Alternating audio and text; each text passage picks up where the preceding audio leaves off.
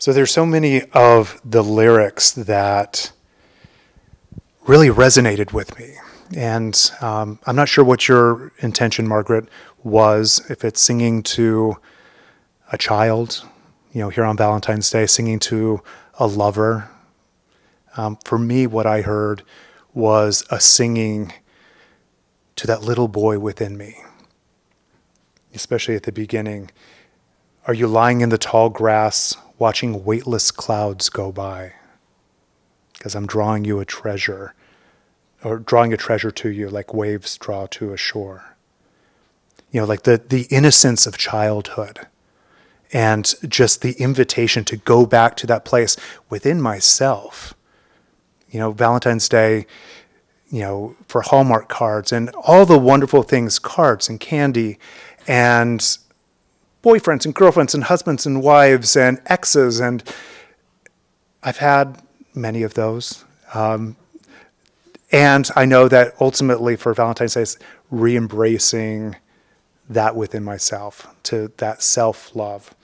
And so as the song goes on, it was almost like a retelling of my life, from that early childhood innocence to maybe more of like adolescence of, I don't need your faith, I don't need your praise, when I'm trying to figure out, who am I? Where am I? And I don't need that, I just need to be who I am. And I just need you to look at me and I'll know. I don't need the words. And then as I moved into my early adult phase, are you happy or are you sad? Are you peaceful or are you stark raving mad?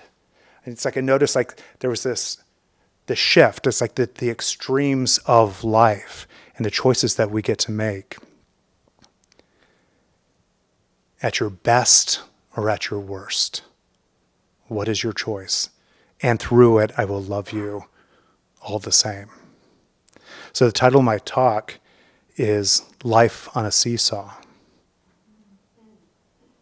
That rhythm of life that we experience, which Margaret's lyrics so beautifully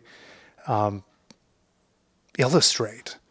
But when I think back of going back to the Michelob commercial, as a kid, the joy, I loved being on the teeter-totter, a seesaw or teeter-totter. It was fun. I'm a twin, and as a twin, that's the most ideal partnering, I guess, to be on a seesaw, because as a kid, as a toy, you need to be partnered with someone else. It's a two-person gig, and basically what a seesaw is, a teeter-totter, is a long plank which balances on a center.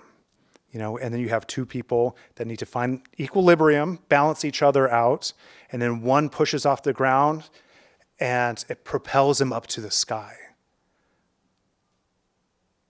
And I remember I loved when it was like a big push that you actually would gain momentum and you'd actually jump out and it'd feel like you were flying. It was great fun. And I look back and it was really innocent, because they don't have teeter-totters, they don't have seesaws on playgrounds anymore, because they say it's dangerous. I remember being bullied at times, the skinny, scrawny kid that I was that was very sensitive. And there were times playing this game, I could feel hostage. The bully would be down at the bottom and I'd be stuck at the top, not knowing when are they going to let go? And when they let go, are they going to jump off? I'm going to fall crashing straight to the ground. But that wasn't my earliest recollection of seesaws, but that's how it evolved, similar to the evolution, the growing up stage in life. When I was in my mid-20s, I walked in to my home and there was a message on the answering machine, back when we had answering machines. And the message said, there is a B-E-A-R in the B-A-T-H-R-O-O-M.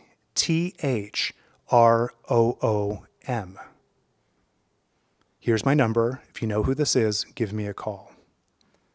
Beep. And I instantly knew who it was. It was my 6th grade school teacher, Lynn Shrouth. Happy Valentine's Day, Lynn. And she had been a family friend for many years.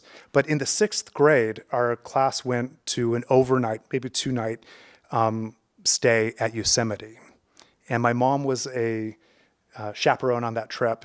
And it went on as a legend of a story because my mom, after checking that everyone was in their cabins, my mom ran into Mrs. Shrouth Lynn and said, there's a B-E-A-R in the B-A-T-H-R-O-O-M. And Lynn turned to her and said, they're in the 6th grade. They can S-P-E-L-L. And the point of that, the story of why she left that message is, 15 years later after being in 6th grade and she goes down as one of my favorite teachers, other than you, Dr. James, and became a good family friend. But she called and she had reached out to me after probably 10, 12, 15 years to say that my parents had just met with her. And my parents sat her down and with a very heavy, wanted to let them know that Eric might be G-A-Y, which was changing the dynamic of my relationship with my parents, talking about a seesaw, how they saw me. And then as I told them, this is who I am, their perception shifted. And so they wanted to go and let Mrs. Shrouth know, we know you were a big fan of his. This was an issue for the family. And Lynn's response was, yeah, I could have told you that in the 6th grade. Now, as a timeout, I kind of wish she would have told me. That would have saved a lot of anguish going through my adolescence and my early 20s. But she didn't. And her response was, I loved Eric then. Why would I not love him now? In essence, remember who you are. And that just always resonated with me. She saw me for who I am, regardless of, the dynamics of how it was showing on the outside. And that's what mattered. I'm still in contact with her. I actually had lunch with her about a year ago. And for me, that was like the bridge for me. That moment, the bridge between connecting my childhood youth and who I was becoming as an adult. And remembering who I am. I remember an old passage in the Bible. When I was a child, I spoke like a child. I understood as a child. I thought as a child. But when I became a man, I put away childish things. Now when I think of a seesaw, I think of no longer as a fun little child's game. You see it as a playground thing that is dangerous. But as I think as an adult, trained thought is more powerful than untrained thought, Ernest Holmes says. So if I look at it as a mechanism to understand how my mind works and how life really does unfold, I look at the experiential of life. Earlier this week there was a conversation and the remarkable Donia Oxford was talking about finding balance. And she said, sometimes balance is if you are on a New York subway station, and it's packed. And if you try to stand straight up and erect, to find your balance, you're going to be knocked over. You kind of need to keep loose legs. You need to keep in harmony, in motion with what's going on in the outside world. Like a seesaw. Seesaw, originally the name derives from the French, meaning seesaw, I don't know, this or that. It's like the motion of the seesaw. It's this and it's that. And that's what our teaching is all about.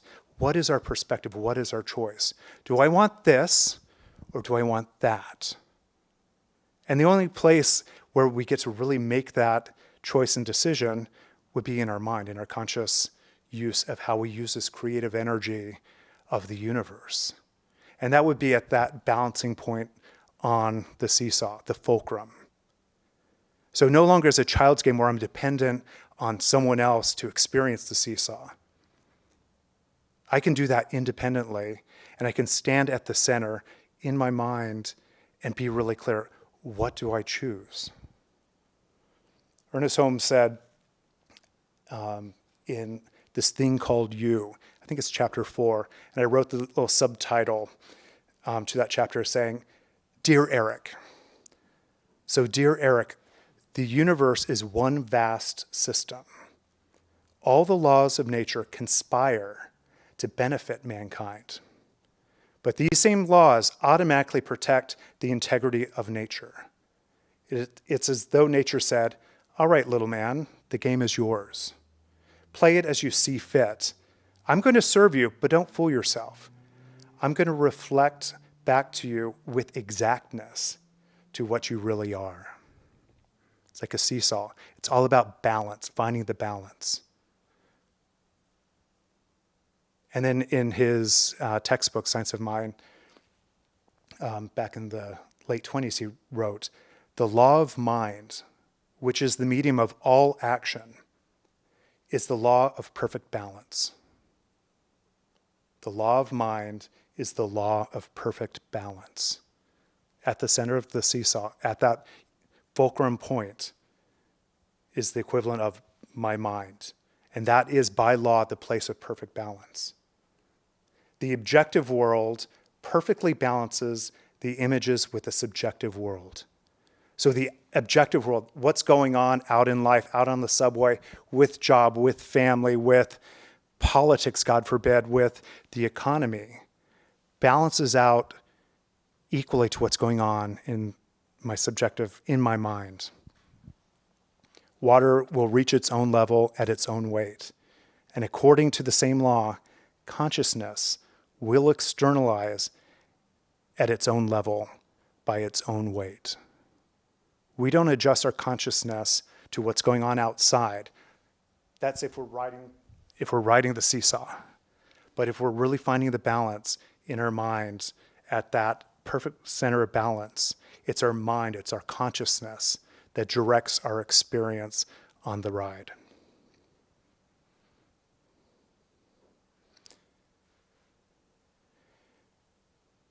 I found a great little parable, which some of you may have heard, but I think it's worthy, kind of in the spirit of cracking up a beer with Thomas Troward.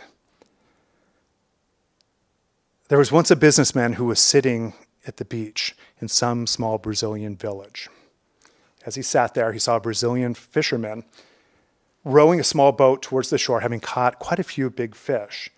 And the businessman was really impressed. And he asked the fisherman, how long did it take you to catch all those fish? And the fisherman said, not a whole lot of time, a short while. Well, then why don't you stay out longer at sea and catch even more? Well, this is enough to feed my whole family, the fisherman responded. So what do you do the rest of your day?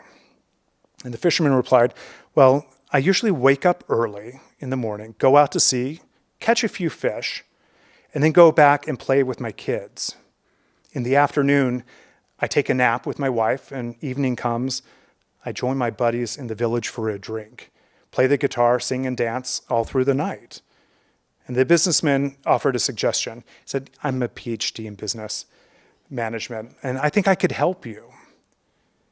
From now on, you should go out, spend more time at sea, catch more fish, and then when you've saved enough money, you can buy a bigger boat, catch more fish, and then eventually you can start a company, hire more people to open a production plant and canned food and distribution. By then, you'll be able to move out of the village to Sao Paulo, where you can set up your headquarters and manage your other branches. And the fisherman continued, and then what? The business laughed, well, after that, you can live like a king in your own house. And then when the time is right, you can go public, float the shares, sell, and you'll be rich. And the fisherman said, well, and then what? Well, after that, you can finally retire. You can go move to a house by the fishing village, wake up early in the morning, catch a few fish, then return home to play with the kids, have a nice afternoon nap with your wife. And evening comes, you can join your buddies for a drink, play the guitar, and dance throughout the night. And the fisherman was puzzled. Isn't that what I'm doing now? So I think that's the opportunity that I ask myself, and I think for each of us to ask, what am I doing now? What is my experience? What is my ride on the seesaw of life? Am I struggling to find the balance between life and work, between loneliness and companionship? We're always at choice. That's one of the greatest things about this teaching, volition. How do we use our mind? And I got to say, I'm not great at balance. This past year was a real challenge for me with balance. Started a new big job, finishing ministerial studies, trying to get my thesis done, which literally Dr. James said, if it's not in by 12 midnight on this date, you're not going on. I got it in at 11:59. A pandemic, moving in with my partner, that relationship dissolving and falling apart. Bigger job, like just a lot of things. And I look back there was a lot going on, and I probably wasn't the most proficient in finding the balance, finding the calm in the midst of it all. And so I do take this opportunity now. Life is still very busy. Life is still very full.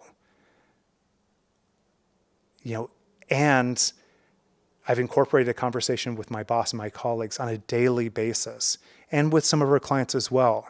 Am I making this choice out of fear or out of love? And so that's what I invite each of you to do, to ask the question, is this moving to fear or to love? The playground is always ours, and we don't need to scare away from the seesaw as if it's a dangerous toy. It's a strong, powerful mechanism. It's a great reminder of, am I in balance or not? Thank you. Namaste.